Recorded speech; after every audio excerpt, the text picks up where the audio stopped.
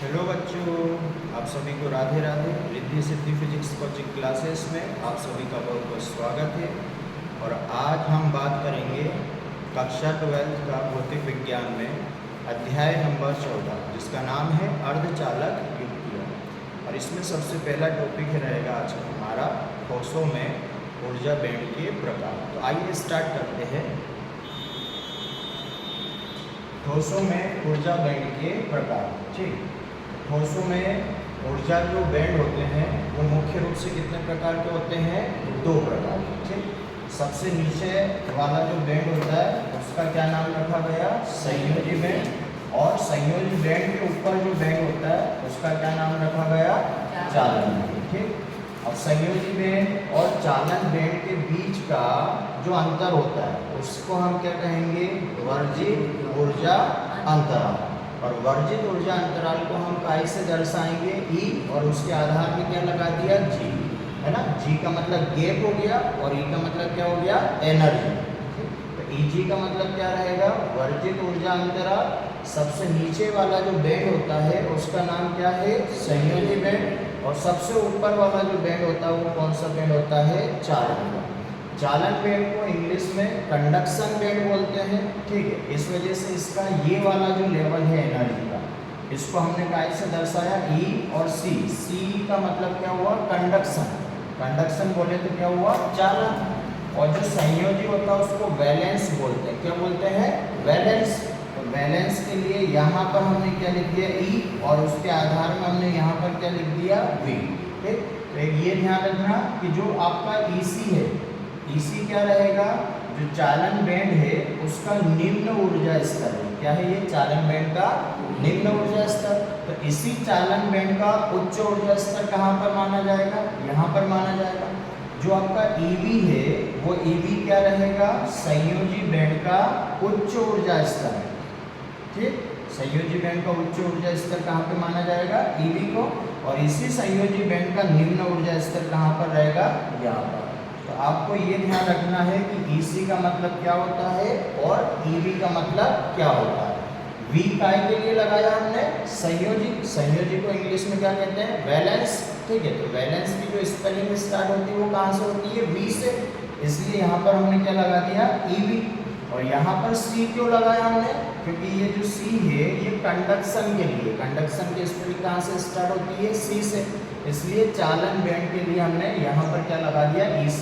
और जो संयोजी बैंड है जिसको वैलेंस बैंड बोलते हैं उसके लिए हमने यहाँ पे क्या लगा दिया? EV। तो आपको ये ध्यान रखना, अगर आपसे कोई पूछे कि भैया EC क्या है, तो EC क्या है? चालन बैंड का कौन सा ऊर्जा स्तर है? निम्न ऊर्जा स्तर। और EV क्या है? संयोजी बैंड का उच्च ऊर्जा स्तर, है ना। ये संयोजी बैंड का निम्न ऊर्जा स्तर कहाँ पे? यहाँ पे। और चालन बैंड का उच्च ऊर्जा स्तर कहाँ पर रहेगा? यहाँ पर। लेकिन इसका और इसका ध्यान नहीं रखना है, लेकिन इनका ध्यान रखना है। EC क्या है और EV क्या है। अब जो EC और EV के बीच का जो गैप है, ये जो अंतराल है ये वाला, ठीक, इसी अंतराल को क्या कहेंगे हम? वर्जित ऊर्जा अंतराल। अब ये जो आपका ठोसों में ऊर्जा बैंड कितने प्रकार के पाए जाते हैं? आपसे अगर कोई पूछे तो मुख्य रूप से कितने प्रकार के होते हैं? दो प्रकार।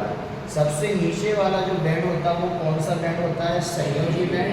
और ध्यान रखना ये संयोजी बैंड कभी भी खाली नहीं होगा। ठीक, चालन बैंड को तो कंडीशन के हिसाब से खाली हो जाएगा, लेकिन संयोजी बैंड क्या कभी भी खाली हो सकता है? पूरी तरह से खाली नहीं हो सकता। ठीक है, क्या चालन बैंड पूरी तरह से रिक्त हो सकता है? बिल्कुल हो सकता है। ठीक, तो ये जो हमने वो ठोसों में ऊर्जा बैंड बनाया है ये कौन से ताप पर बनाया? उसका टेम्परेचर क्या है? तो ये है 0 केल्विन। कितना केल्विन है? 0 केल्विन। और 0 केल्विन बराबर कितना डिग्री सेल्सियस होता है? तो माइनस का 273.15 डिग्री सेल्सियस। तो ये जो आपका ऊर्जा बैंड बनाया गया है ये कौन से ताप पर बनाया गया है? तो इसे कहते हैं परम शून्य ताप। क्या कहते हैं इसको? परम शून्य ताप। ठीक है, तो अगर आपसे पूछे भैया परम शून्य ताप का मान क्या होता है, तो परम शून्य ताप का जो मान होता है वो 0 केल्विन होता है। कितना होता है? और 0 केल्विन को अगर हम डिग्री सेल्सियस में बदले तो 0 केल्विन बोल दो या फिर माइनस का 273.15 डिग्री सेल्सियस। यानी परम शून्य ताप पर जो संयोजी बैंड होगा वो तो पूरी तरह, ये जो आप काले काले से ऐसे देख रहे हो ना, इनको इलेक्ट्रॉन कहते हैं। क्या कहते हैं इनको? इलेक्ट्रॉन। तो ये जो संयोजी बैंड होगा ये परम शून्य ताप पर इलेक्ट्रॉनों से पूरी तरह से क्या होता है? भरा हुआ होता है। जबकि जो चालन बैंड होता है वो परम शून्य ताप पर इलेक्ट्रॉनों से पूर्णतः क्या होता है? रिक्त होता है, यानी खाली होता है। ठीक। और ये जो संयोजी बैंड है, यह जो चालन बैंड है, इनके बीच का यह जो अंतराल है, यह जो दूरी है, इसी दूरी को क्या कहते हैं? वर्जित ऊर्जा अंतराल। तो इस पूरे डायग्राम से हमको यहाँ पर 3 परिभाषाएं अपने को बताना है। अगर आपसे कोई पूछे कि भैया संयोजी बैंड किसे कहते हैं, दूसरा चालन बैंड किसे कहते हैं, और तीसरी परिभाषा क्या बनती है? वर्जित ऊर्जा अंतराल किसे कहते हैं। ठीक है, तो हेडिंग डालो इसमें, संयोजी बैंड।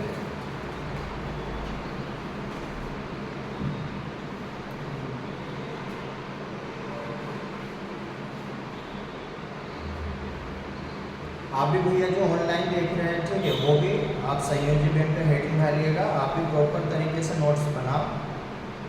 संयोजी बैंड हेडिंग डाल के उसको अंडरलाइन कर लो। करें स्टार्ट?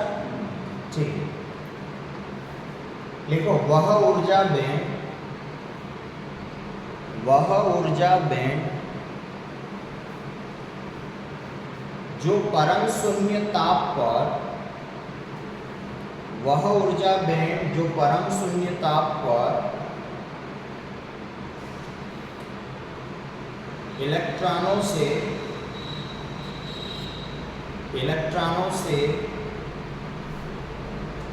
पूर्णतः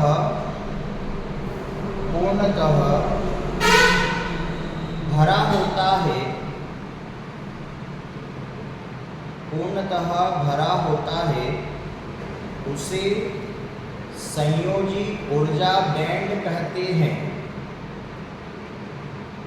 उसे संयोजी ऊर्जा बैंड कहते हैं।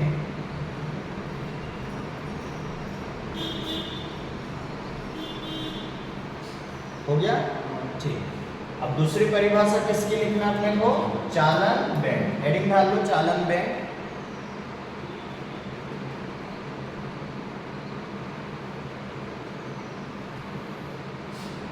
अब चालन बैंड की क्या परिभाषा रहेगी? चित्र को देखते ही परिभाषा बनाना सीखो, है ना। कौन से ताप पर यह बैंड पूर्णतः क्या होता है? इलेक्ट्रॉनों से रिक्त होता है। लिखो, वह ऊर्जा बैंड जो 0 केल्विन ताप पर, 0 केल्विन मतलब समझ ही गए, परम शून्य ताप, जो 0 केल्विन ताप पर, 0 केल्विन मतलब ये लिख लेना आपको, 0 और के, जो 0 केल्विन ताप पर इलेक्ट्रॉनों से पूर्णतः रिक्त होता है, इलेक्ट्रॉनों से पूर्णतः रिक्त होता है, उसे कौन सा बैंड कहेंगे? चालन ऊर्जा बैंड कहते हैं। ऐसे लिखना है ना, चालन ऊर्जा बैंड। ये सारे ऊर्जा बैंड है, चालन ऊर्जा बैंड कहते हैं। चलो यहाँ तक तो चित्र को देखते बता दोगे ना कि वह बैंड जो परम शून्य ताप पर यानी 0 केल्विन, या एक और परम शून्य ताप का एक और मान क्या होता है डिग्री सेल्सियस में? माइनस, है ना। माइनस मत हटाना, माइनस आएगा। माइनस का 273.15 डिग्री सेल्सियस ताप पर जो ऊर्जा में इलेक्ट्रॉनों से पूरी तरह से भरा हुआ रहता है उसे संयोजी बैंड कहेंगे। और जो परम शून्य ताप पर जो ऊर्जा बैंड इलेक्ट्रॉनों से पूर्णतः खाली होता है उसे क्या कहते हैं? चालन बैंड। अगली परिभाषा यहाँ से हम किसकी बनाएंगे? वर्जित ऊर्जा अंतराल। हेडिंग डालो, वर्जित ऊर्जा अंतराल।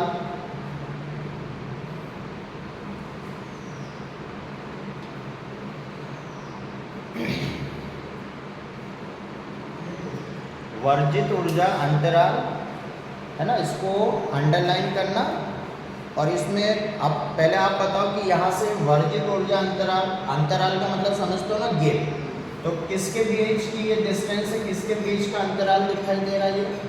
ये इन दो बैंडों के बीच का, एक तो संयोजी ऊर्जा बैंड और एक और चालन ऊर्जा बैंड। तो हम क्या, सबसे ऊपर वाला कौन सा बैंड है? चालन। तो जब भी माइनस करते हैं तो बड़े में से किसको करते हैं? छोटे को। तो सबसे पहले हम किसका नाम बोल देंगे? चालन ऊर्जा बैंड और संयोजी ऊर्जा बैंड के बीच का अंतराल, अंतराल मतलब ये, उसी को क्या कहते हैं? वर्जित ऊर्जा अंतराल कहते हैं। देखो, चालन ऊर्जा बैंड, चालन ऊर्जा बैंड तथा संयोजी ऊर्जा बैंड तथा संयोजी ऊर्जा बैंड के मध्य का अंतराल, के मध्य का अंतराल वर्जित ऊर्जा अंतराल कहलाता है। वर्जित ऊर्जा अंतराल कहलाता है।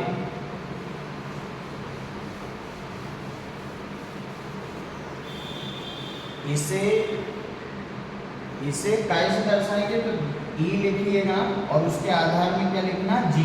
इसे ई और आधार में जी लिखना, इसे ईजी से दर्शाते हैं।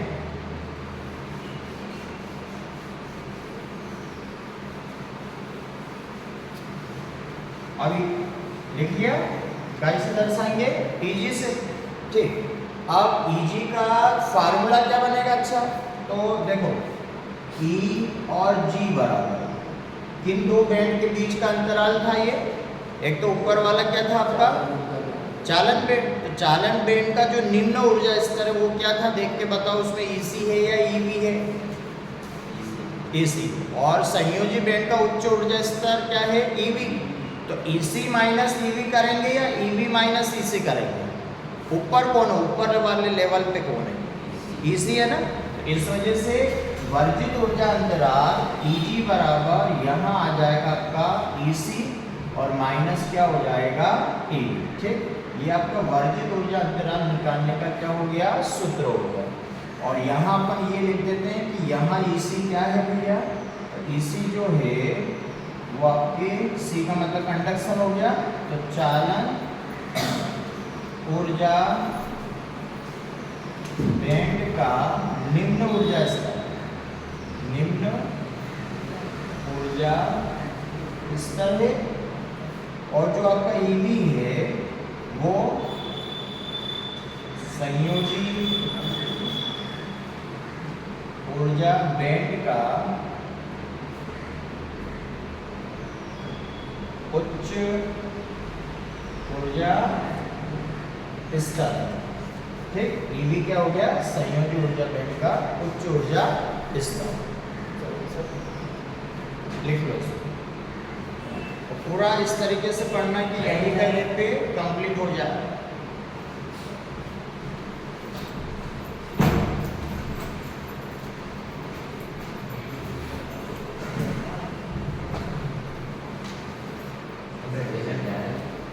अपने को ऐसा करना है कि जितना भी अपन पढ़े यहीं का यहीं पे पूरा कंप्लीट हो जाए।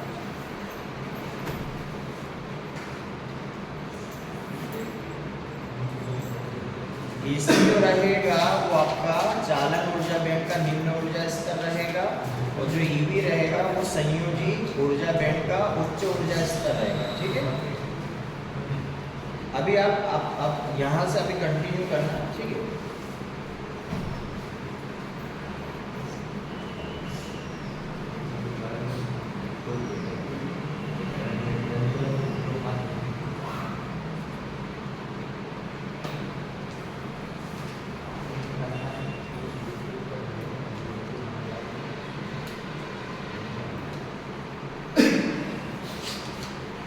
चलो हो गया। ठीक है, इसको देख लेना, इजी है, समझ में आ जाए, कोई दिक्कत नहीं है। इसी और ये भी। अब देखो, मान लो एक सवाल कर लेते हैं जिसमें वर्जित ऊर्जा अंतराल निकालना है। ठीक, तो अभी अभी नए जो अभी स्टूडेंट्स आए हैं वो भले अभी रहने दो। अब जो सवाल कर रहे हैं यहाँ से आप नोट करना, बाकी इनसे ले लेना। ठीक है, चलो। वर्जित ऊर्जा अंतराल का सूत्र ध्यान रखिएगा, EC माइनस क्या हुआ EV हो जाएगा, ठीक। और EC क्या है तो अपने अपने चित्र में देख लो आप। EC क्या था, EC था चालन ऊर्जा बैंड का निम्न ऊर्जा स्तर, और EV क्या था, संयोजी ऊर्जा बैंड का उच्च ऊर्जा स्तर। अब इसमें कैसे सवाल पूछे जा सकते हैं, ऑब्जेक्टिव के हिसाब से ध्यान से एक तो ओरल सुन लो, ठीक है, लिखाऊंगा नहीं, जो चित्र उसी में से ध्यान समझना। अगर आपसे पूछा जाए कि भैया संयोजी बैंड के ऊपर कौन सा ऊर्जा बैंड होता है, तो आपका आंसर क्या होगा, चित्र को देख के वो बताओ, है ना। मैं अलग से नहीं पूछ रहा हूँ, जो आपको पढ़ा है उसी में से पूछ रहा हूँ कि संयोजी ऊर्जा बैंड के ऊपर कौन सा ऊर्जा बैंड होता है, कौन सा, जोर से बोलो, आपकी भी आवाज आनी चाहिए इसमें, जोर से बोलो, कौन सा बैंड होता है, चालन बैंड। हाँ, चालन ऊर्जा बैंड। और अगर आपसे पूछा जाए कि चालन ऊर्जा बैंड के नीचे कौन सा ऊर्जा बैंड होता है, संयोजी ऊर्जा बैंड। और अगर आपसे पूछा जाए कि चालन ऊर्जा बैंड और संयोजी ऊर्जा बैंड के बीच का जो अंतराल होता है वो कितना होता है, मतलब उसे क्या कहते हैं अपन, वर्जित ऊर्जा अंतराल कहते हैं। और वर्जित ऊर्जा अंतराल का सूत्र क्या है, EG बराबर EC माइनस EV, जहाँ पर EC क्या है, चालन बैंड का निम्न ऊर्जा स्तर, और EV क्या है, संयोजी बैंड का उच्च ऊर्जा स्तर। आपको रटने की जरूरत नहीं है, ये सारा जो चित्र है केवल चित्र को ध्यान में रख लो आप, ठीक।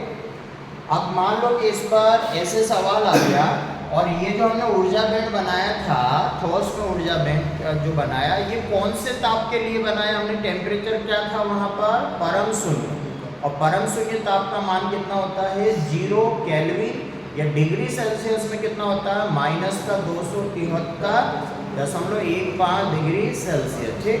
बाकी के सारे स्टूडेंट्स अब यहाँ पर फोकस करिएगा कि मान लो एक मैंने चित्र दे दिया, अब आप भी समझ लो बेटा, जो अभी आया ना इसको रख दो और यहाँ पे ध्यान समझो कि जो नीचे वाला जो बैंड होता है उसको कहते हैं संयोजी ऊर्जा बैंड। क्या कहते हैं इसको, संयोजी ऊर्जा बैंड। ये शायद चित्र आपने बना लिया था, ठीक। ऊपर वाला जो बैंड होता है उसको कहते हैं चालन ऊर्जा बैंड, ठीक। अब यहाँ पर ऐसे चित्र दे दिया, वो नीट दे यहाँ पे लिखा हुआ, तो भी आपको पता कर रखना है कि जो नीचे वाला जो बैंड होता है वो संयोजी ऊर्जा बैंड होता है, जो ऊपर वाला जो बैंड होता है वो चालन ऊर्जा बैंड होता है। और इन दोनों के बीच का यह जो अंतराल है इसको क्या कहते हैं, वर्जित ऊर्जा अंतराल। अब ये ध्यान रखना, ये वाला जो ऊर्जा स्तर है इसको हम E और काई से दर्शाते हैं V से। V यानी वैलेंस बोलते हैं, क्या बोलते हैं, वैलेंस, और वैलेंस को हिंदी में क्या बोलते हैं, संयोजी, तो इसलिए EV लगा दिया। और चालन को कंडक्शन बोलते हैं, क्या बोलते हैं, कंडक्शन, इसलिए इस वाले यहाँ पर ऊर्जा स्तर को हमने क्या दर्शा दिया, EC, ठीक है। और ये आपका E हो गया। अब आपको मान लो कि यहाँ का जो लेवल है, यहाँ से मैं इसको हटा के यहाँ पे मान लो मैंने दे दिया 5 इलेक्ट्रॉन वोल्ट। कितना दे दिया, 5 इलेक्ट्रॉन वोल्ट। ये इलेक्ट्रॉन वोल्ट भी ऊर्जा का ही मात्रक होता है, ठीक है।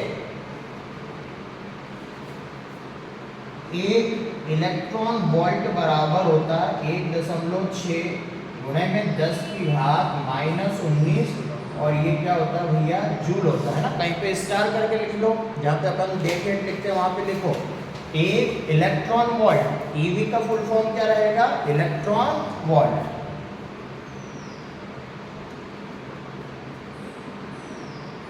और V का मतलब वोल्ट, ठीक है। जो स्टार वाले हैं वो काफ़ी इंपॉर्टेंट है, आपके ऑब्जेक्टिव क्वेश्चन में ट्राई कर आ सकते हैं। बेसिक कॉन्सेप्ट है, आपको ध्यान रखना है। इलेक्ट्रॉन वोल्ट किसका मात्रक होता है, ऊर्जा का मात्रक होता है। और एक इलेक्ट्रॉन वोल्ट में कितनी ऊर्जा होती है, तो कैसे याद रखोगे, एक इलेक्ट्रॉन पर आवेश कितना होता है, 1.6 गुणे में 10 की घात -19। लेकिन आवेश में हम क्या लगाते हैं, मात्रक कूलाम, लेकिन यहाँ कूलाम नहीं लगाएंगे क्योंकि इलेक्ट्रॉन वोल्ट है जो कि ऊर्जा का मात्रक है। तो अगर आपसे पूछा जाए कि भैया एक इलेक्ट्रॉन वोल्ट में कितना जूल होता है, ठीक है, तो आपको क्या कहना है, 1.6 गुणे में 10 की घात -19। कूलाम की जगह हम क्या लगा देंगे, जूल। तो बताओ इलेक्ट्रॉन वोल्ट किसका मात्रक हुआ, ऊर्जा का। किसका मात्रक है, ऊर्जा का, ठीक। अब यहाँ देखो ऊर्जा कितनी है, 5 इलेक्ट्रॉन वोल्ट है। और यहाँ पर जो वो ऊर्जा है वो मान लो कितनी है, ये है आपकी 3 इलेक्ट्रॉन वोल्ट दे दिया। ठीक, आप सभी को पता है जब अपन यहाँ पे मूल बिंदु होता है, अपन संख्या रेखा पढ़ते हैं, अगर यहाँ पर 1 है तो ऊपर 2 होगा, फिर 3 होगा, फिर 4 होगा, फिर 5 होगा। तो यहाँ पे 3 इलेक्ट्रॉन वोल्ट है, यहाँ पे 5 इलेक्ट्रॉन वोल्ट है। और अगर आपसे कहा जाए कि भैया वर्जित ऊर्जा अंतराल का मान ज्ञात कीजिए, किसका मान ज्ञात करना है? वर्जित ऊर्जा अंतराल का। तो सबसे पहले क्वेश्चन लिखो आप, ये वाला डायग्राम बना लो, ये पहला क्वेश्चन हमने ले लिया है ना, जो पढ़ा उसी पर आधारित क्वेश्चन है।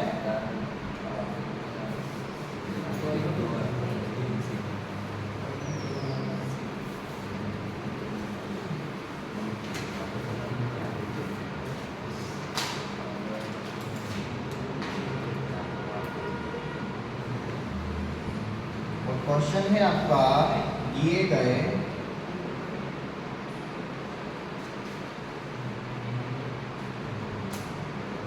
ऊर्जा बैंड के लिए वर्जित ऊर्जा अंतराल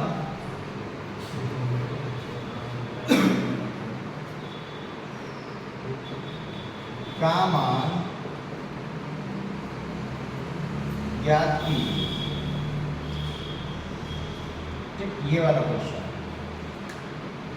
जो दिए गए ऊर्जा बैंड है उसमें आपको वर्जित ऊर्जा अंतराल का मान ज्ञात करना है। और ऊर्जा बैंड के नाम लिखे हुए नहीं, लेकिन अब तो अपने को पता लग गया कि नीचे वाला जो बैंड होगा वो संयोजी बैंड होगा, ऊपर वाला जो बैंड होगा वो हमारा कौन सा बैंड होगा? चालक बैंड। तो कहाँ पर इसी है, कहाँ पर इसी है, ये आपको पता होगा। और वर्जित ऊर्जा अंतराल का सूत्र हमें पता है, Eg बराबर होता है Ec माइनस Ev।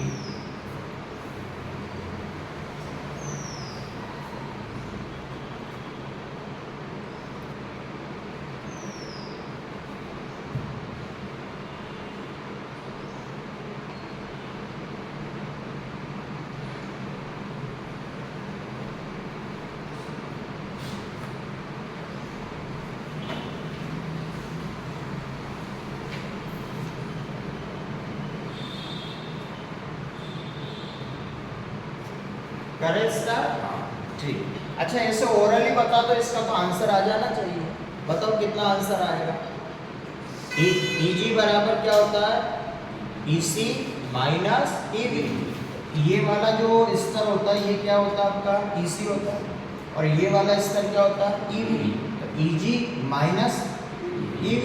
Eg कितना है? Ec कितना, सॉरी 5 इलेक्ट्रॉन, और Ev कितना? 3। तो 5 में से 3 गया तो कितना आएगा? 2।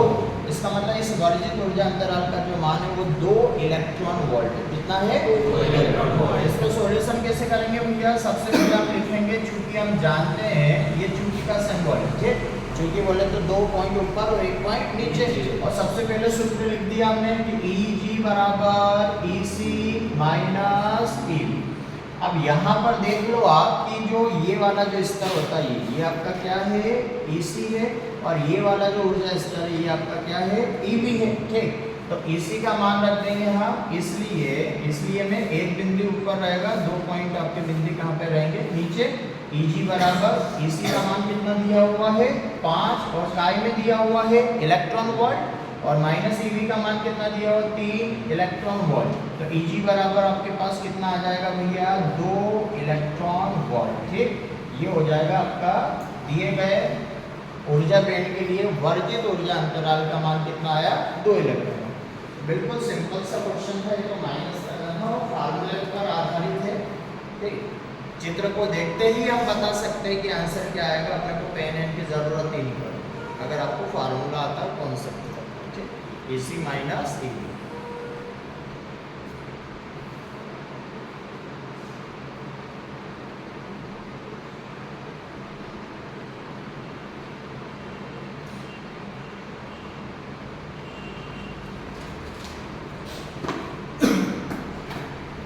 गलत आगे स्टार्ट करें? बताओ, यहाँ तक आ गया ना समझ में? ठीक, अब हम बात कर रहे हैं तो ठोसों में ऊर्जा बैंड के ऊपर। अब बताओ भैया जो ठोस है, अभी हमने जो टॉपिक पढ़ा वो है ठोसों में ऊर्जा बैंड। और ठोसों में ऊर्जा के जो बैंड होते हैं वो कितने प्रकार के होते हैं भैया? 2 प्रकार के। सबसे नीचे वाला जो बैंड होता है वो आपका संयोजी बैंड होता है, सबसे ऊपर वाला जो बैंड होता है वो आपका चालन बैंड होता है, ठीक है, और दोनों के बीच का जो अंतराल होता है उसको वर्जित ऊर्जा अंतराल कहते हैं। अब ये बताओ कि जो ठोस है, क्या है? ठोस। अब ठोस जो है, थोड़ा सा यहाँ पे ध्यान से समझना कि जो ठोस है वो आपका क्या हो सकता है? चालक हो सकता है। क्या हो सकता है?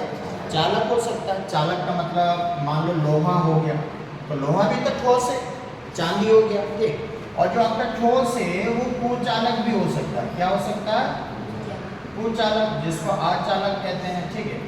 और ये आपको पता होगा कि चालक, जो पहले वाले चैप्टर में पढ़ाया होगा कि जो चालक होता है उसमें धारा का प्रवाह हो जाता है, और कुचालक या अचालक में धारा का प्रवाह नहीं होता। जैसे कि आपका प्लास्टिक हो गया, ठीक, ये प्लास्टिक, लकड़ी हो गया, ये सभी है तो ठोस, ठीक, लेकिन ये कैसे है? कुचालक। और जो ठोस होता है वो क्या हो सकता है भैया? अर्धचालक हो सकता है, जो हम इस वाले चैप्टर का नाम है हमारा अर्धचालक। तो ठोस कैसा हो सकता है? अर्धचालक भी हो सकता है। जैसे कि आपका सिलिकॉन हो गया, जर्मेनियम हो गया, ये सारी चीजें क्या है? अर्धचालक। इसका मतलब ठोसों को फिर से कितने भागों में विभाजित कर दिया गया? 3। ठोस आपका चालक भी हो सकता है, कुचालक भी हो सकता है, और अर्धचालक भी हो सकता है। तो हमारा जो अगला क्वेश्चन रहेगा वो यही रहेगा कि चालक, कुचालक और अर्धचालकों का आपको वर्गीकरण समझाना है, ठीक। मतलब इनको आपको समझाना है कि किसकी प्रतिरोध का मान किसके लिए अधिक होता है, कुचालक के लिए, अर्धचालक, ये सारी चीजें। इन तीनों को हम चालक, कुचालक और अर्धचालक को हमको क्या करना है? समझाना है। और वो भी किस आधार पे? 2 आधार पे। एक आधार रहेगा प्रतिरोधकता, ठीक, और एक आधार रहेगा आपका ऊर्जा बैंड के आधार, ऊर्जा बैंड के सिद्धांत पर आपको समझाना, ठीक। तो अगला क्वेश्चन हमारा यही है कि चालक, कुचालक और अर्धचालकों का अपने को वर्गीकरण करना है, समझाना है। वो भी किसके आधार पर? पहले समझाएंगे प्रतिरोधकता, और फिर किसके आधार पर? ऊर्जा बैंड के आधार पर। अच्छा, 10वीं क्लास में आपने प्रतिरोध तो पढ़ा होगा ओम के नियम में, ठीक, कि V समानुपाती क्या होता है? I, और यहाँ से V बराबर क्या हो जाएगा? RI, ठीक है।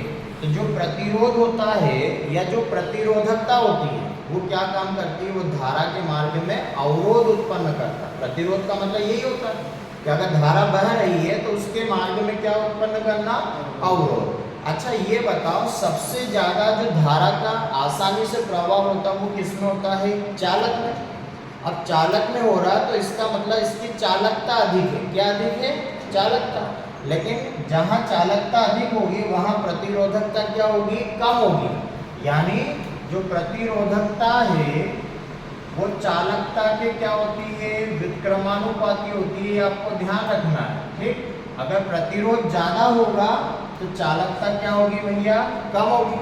और अगर प्रतिरोधकता कम है तो वहां पर चालकता क्या होगी? ज्यादा होगी। अरे ऐसे उदाहरण से समझो कि आप मान लो कि यहाँ से दौड़ के जा रहे हो और आपके मार्ग में कोई चीज नहीं आए, अगर कोई भी रुकावट नहीं आए तो आप जल्दी से वहां पर पहुंच जाओगे जहाँ पर पहुंचना है। और अगर आप यहाँ से बाइक लेके गए और कई सारे ट्रैफिक आ रहे तो वो जो कई सारी गाड़ियाँ उधर से आ रही तो आपको वहां पर पहुंचने में क्या लगेगा? समय। तो जो ट्रैफिक है वो प्रतिरोध हो गया। क्या हो गया? प्रतिरोध। अब अगर प्रतिरोध ज्यादा, ट्रैफिक ज्यादा होगा तो आपके बाइक का जो स्पीड है वो क्या होगा? कम होगा तो नहीं होगा? बचना पड़ेगा आपको, ठीक। अगर ट्रैफिक ही नहीं है तो आपका बाइक का स्पीड क्या होगा? बहुत ज्यादा होगा। तो इसका मतलब अगर प्रतिरोध है, अगर प्रतिरोध ज्यादा है तो वहां चालकता क्या होगी? कम होगी। और अगर प्रतिरोधकता कम है तो वहां पर चालकता क्या होगी? ज्यादा होगी, ठीक। तो इसी के आधार पर हम अगला क्वेश्चन स्टार्ट करते हैं। हेडिंग डालिएगा।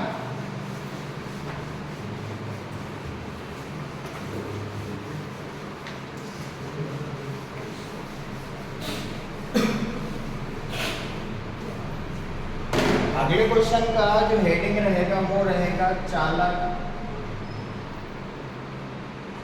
कुचालक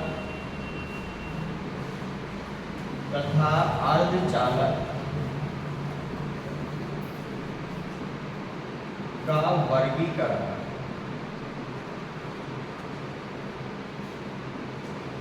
मतलब इनको अपने को समझाना है कि चालक क्या होता है, कुचालक क्या होता है, अर्धचालक क्या होता है, इनको समझाएंगे। ठीक है, और वो भी किस आधार पे समझाएंगे, तो सबसे पहले हम आधार ले लेते हैं नंबर 1 करके, प्रतिरोधकता के आधार पर।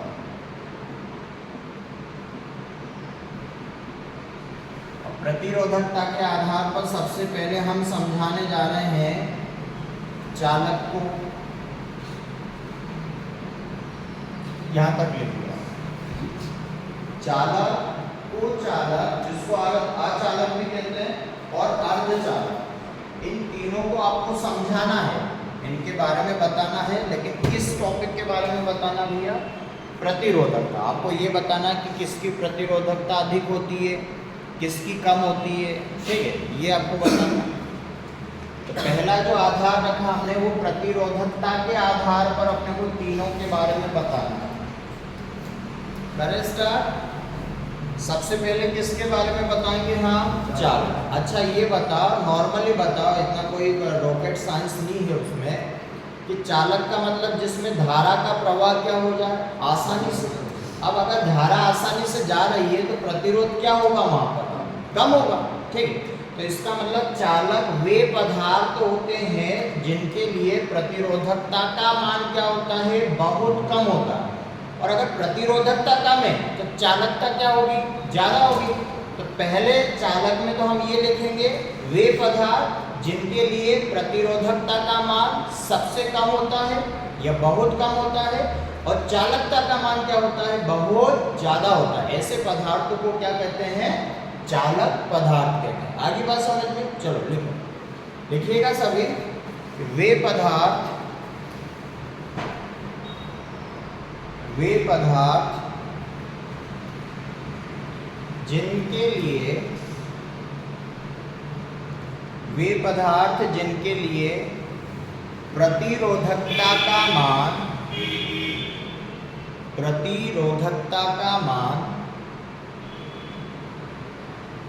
जिनके लिए प्रतिरोधकता का मान बहुत कम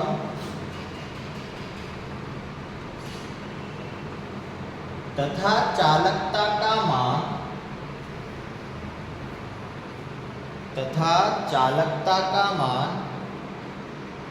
बहुत अधिक होता है।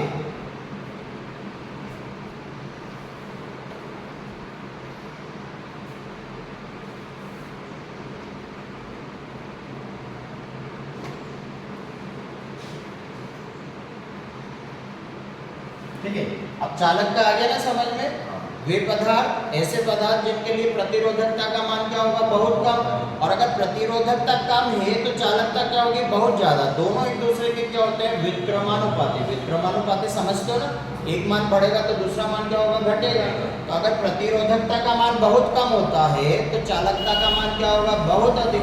अब कई बार इसे पूछ लिया जाता है कि भैया जो चालक होता है उसके लिए प्रतिरोधकता का मान किसके बीच में होता है, तो ये मान भी अपने को याद रखना है। ठीक है, तो प्रतिरोधकता को हम किससे दर्शाएंगे, रो से। क्या बोलते हैं इसको, रो। प्रतिरोधकता का जो मान होगा वो होगा 10 की घात -8 से 10 की घात -2। और प्रतिरोधकता का जो मात्रक होता है वो होता है ओम इंटू मीटर। ठीक, इसके बीच में होता है। ओम को कैसे दर्शाएंगे, ये ओम का चिन्ह है, पढ़ा होगा ना तो साइंस में।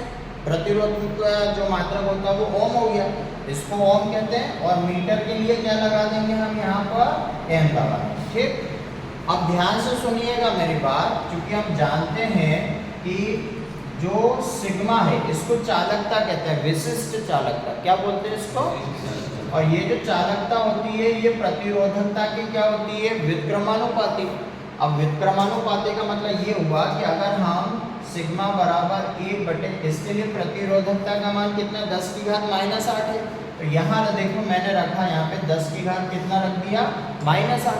अब इस 10 की घात -8 को ऊपर लेके जाओ तो क्या नियम क्या था कि अगर किसी भी घात को अंश से हर में या हर से अंश में लेके जाते हैं तो जो घात का चिन्ह है वो क्या हो जाएगा, बदल जाएगा। यहाँ पे देखो घात का चिन्ह काय का है, माइनस का। इसको ऊपर लेके जाएंगे तो ये 10 की घात क्या हो जाएगा, 8 हो जाएगा, यानी काय का हो जाएगा, प्लस का।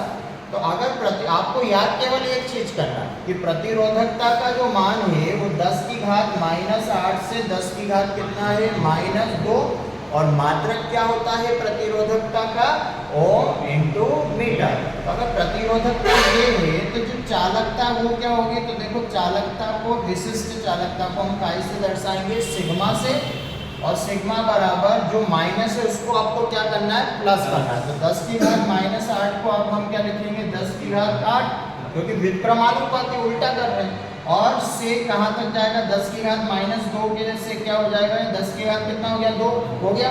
अब इसको कैसे उल्टा करेंगे, ठीक है, इसको कैसे व्युत्क्रम करेंगे, तो जहां ओम है वहां पर हम लिखेंगे ओम -1, ओम इनवर्स, क्योंकि ओम की पावर यहाँ कितनी, 1 है, तो अब कितना हो जाएगा, माइनस, और मीटर को हम क्या लिखेंगे, मीटर, और यहाँ क्या हो गया, इनवर्स, ठीक।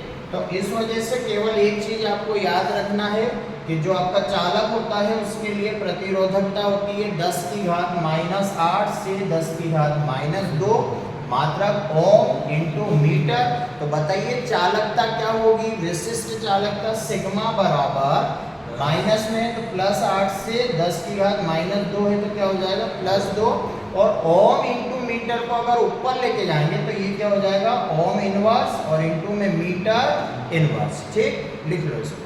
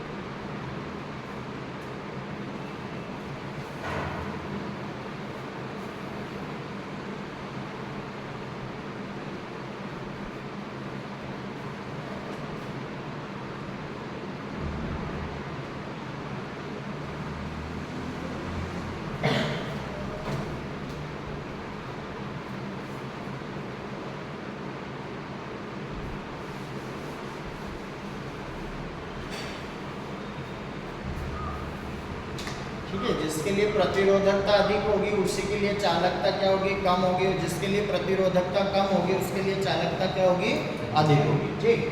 अब प्रतिरोधकता के आधार पर हमने किसको समझा दिया, यहाँ पर प्रतिरोधकता के आधार पर हमने किसको समझाया, चालक को। अब हम प्रतिरोधकता के आधार पर किसको समझाने जा रहे हैं, कुल चालक को, ठीक है। तो ऐसे रोमन लिपि में नंबर फर्स्ट करके लिखा था, नंबर सेकेंड करके आपको लिखना है कुल चालक, और ये हो जाएगा अचालक, ऑब्लिक अचालक, ठीक है, दोनों एक ही बात है, नाम याद रखिए।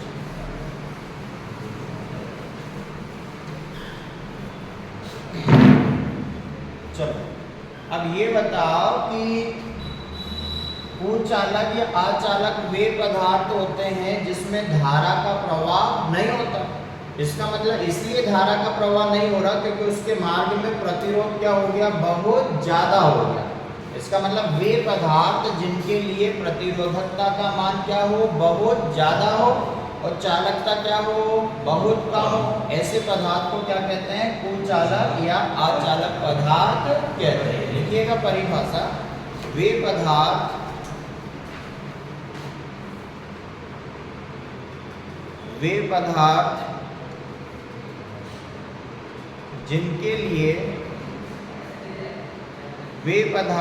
जिनके लिए प्रतिरोधकता का मान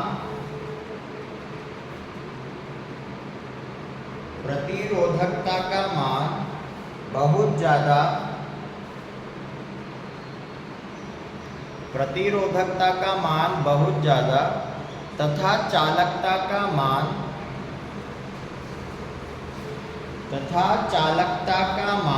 नगण्य बोल देंगे, ना के बराबर, ठीक है, ऐसे लिख देंगे। चालकता का मान नगण्य हो तो नगण्य हो, चालकता का मान नगण्य हो, ठीक। यानी वे पदार्थ जिनके लिए प्रतिरोधकता का मान क्या हो गया, बहुत ज्यादा हो गया, और चालकता का मान क्या हो गया, नगण्य, यानी ना के बराबर, ठीक। आप चालक प्रतिरोधकता क्या होगी तो मैं डायरेक्ट रो लिख रहा हूँ, ठीक है, आप समझ जाना, रो का मतलब प्रतिरोधकता। तो इसके लिए कुचालक या अचालक के लिए जो प्रतिरोधकता होती है वो होती है 10⁻11 से 10⁻19, और प्रतिरोधकता का मात्रक होता है ओम इंटू मीटर।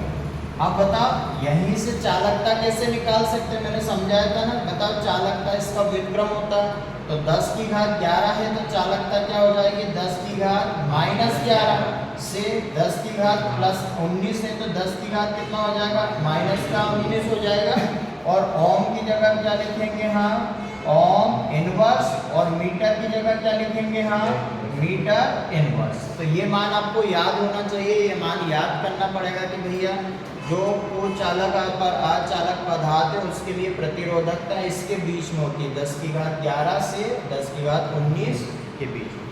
और प्रतिरोधकता याद कर लो तो चालकता उसका व्युत्क्रम हो जाएगा, उल्टा हो जाएगा, ठीक है। तो दोनों में से कोई सा एक याद करना।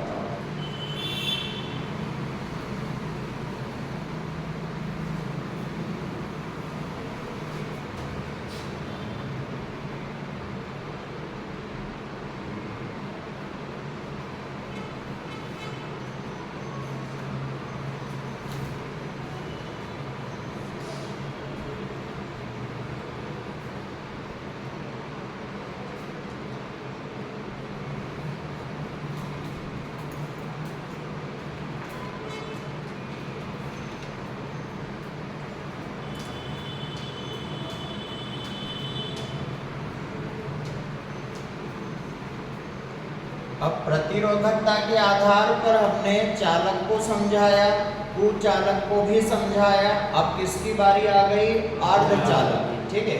तो आज अपन अर्धचालक को और समझा देते हैं, और कल हम इसी को प्रतिरोधकता के आधार पर समझाया। कल हम इन तीनों को ऊर्जा बैंड के आधार पर समझाएंगे। किसके आधार पर, ऊर्जा बैंड के, ठीक है। तो तीसरा आपको रोमन लिखेंगे नंबर 3 करके। तीसरा क्या हेडिंग डालोगे, अब किसको समझाना भाई, अब किसकी बारी आ गई, अर्धचालक, ठीक।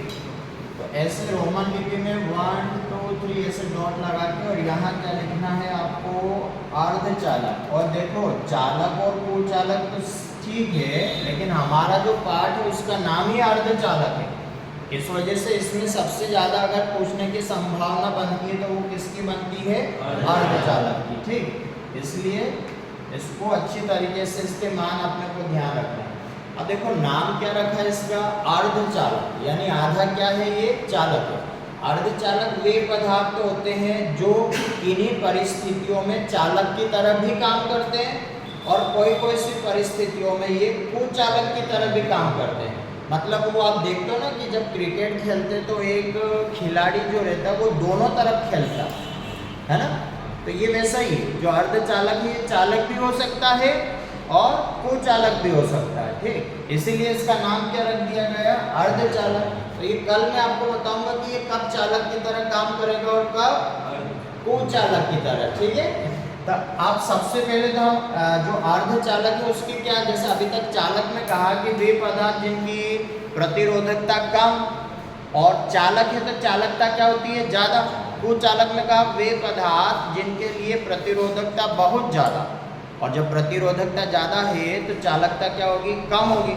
अब इसको क्या कहोगे, इसमें तो ज़्यादा और कम का तो आ ही नहीं सकता। अब इसको हम ये कहेंगे कि अर्धचालक वे पदार्थ होते हैं जिनकी प्रतिरोधकता या जिनकी चालकता चालक और कुचालक के कहाँ होती है, बीच में।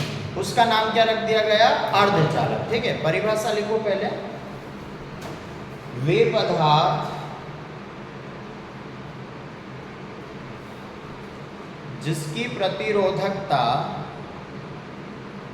वे पदार्थ जिसकी प्रतिरोधकता चालक तथा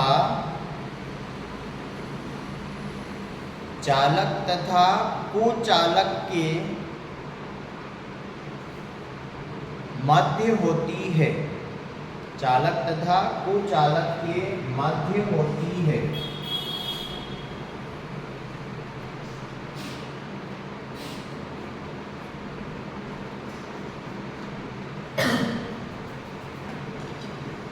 अब ये किसका सिंबल है? रो। ये क्या दर्शाता है? प्रतिरोधकता। तो जो प्रतिरोधकता वो 10 की घात -5 से 10 की घात क्या हो गया 6। मतलब इसमें ध्यान रखो, अभी तक जो हमने पढ़ा उसमें या तो दोनों पावर माइनस की थी या दोनों पावर काय की थी? प्लस की थी। लेकिन इसमें एक पावर माइनस का और एक पावर काय का? प्लस का। इसका मतलब एक तरफ तो ये चालक की तरफ बता रहा और एक तरफ ये किसकी तरफ बता रहा? कुचालक। तो वे पदार्थ जिनकी प्रतिरोधकता चालक और कुचालक के बीच में होती है, ऐसे पदार्थ को क्या कहते हैं? अर्धचालक। और प्रतिरोधकता का मात्रक क्या होगा भैया? Ohm into metre. और अगर प्रतिरोधकता आता है तो मैंने क्या कहा? चालकता कैसे निकालेंगे इसकी? कुछ नहीं करना, जहां माइनस है वो क्या हो जाएगा? प्लस, और जहां प्लस है वहां क्या हो जाएगा? माइनस। और ओम इंटू मीटर है तो ये हो जाएगा आपका ohm inverse into metre inverse. Inverse का मतलब घात माइनस है, ठीक।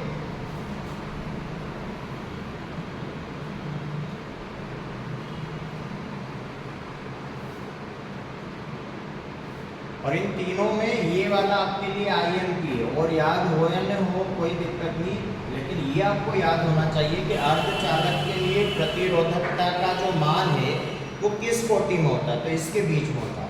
और केवल एक याद रखो तो दूसरा वैसे याद होगा, और मात्रक भी आपको याद रखना, उसमें मात्रक भी लिखना, ओम इंटू मीटर। और ये क्वेश्चन को ये ध्यान से पढ़ लेना कि भैया वो चालकता पूछ रहा है या फिर प्रतिरोधकता। वे पदार्थ जिनकी प्रतिरोधकता चालक और कुचालक के बीच में होती है, ऐसे पदार्थ को क्या कहते हैं? अर्धचालक। और प्रतिरोधकता का मान आपको याद रखना, कल पूछूंगा मैं, 10 की घात -5 से 10 की घात कितना? 6। और मात्रक सहित लिखना ओम इंटू मीटर, ठीक है। तो आज हमने जो अध्याय नंबर 14 जो स्टार्ट किया है अर्धचालक, ठीक, उसमें हमने सबसे पहले आज क्या पढ़ लिया कि ठोसों में ऊर्जा बैंड कितने प्रकार के होते हैं?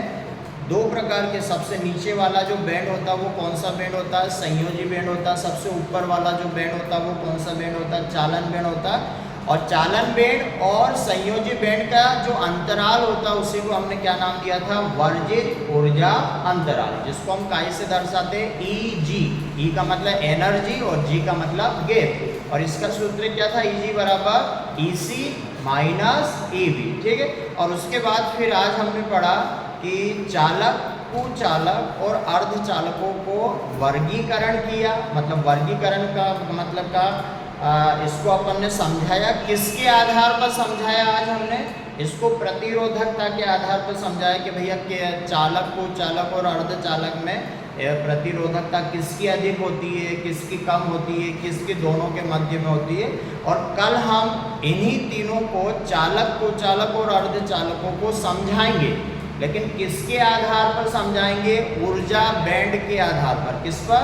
ऊर्जा बैंड। कि भैया चालक बैंड के लिए ऊर्जा बैंड कैसे बनेगा, कुचालक के लिए कैसे बनेगा और अर्धचालक के लिए कैसे बनेगा, ठीक है। तो आज की क्लास को यहीं पे ख़त्म करते हैं, कल फिर मिलते हैं इसी के साथ। सभी को राधे राधे।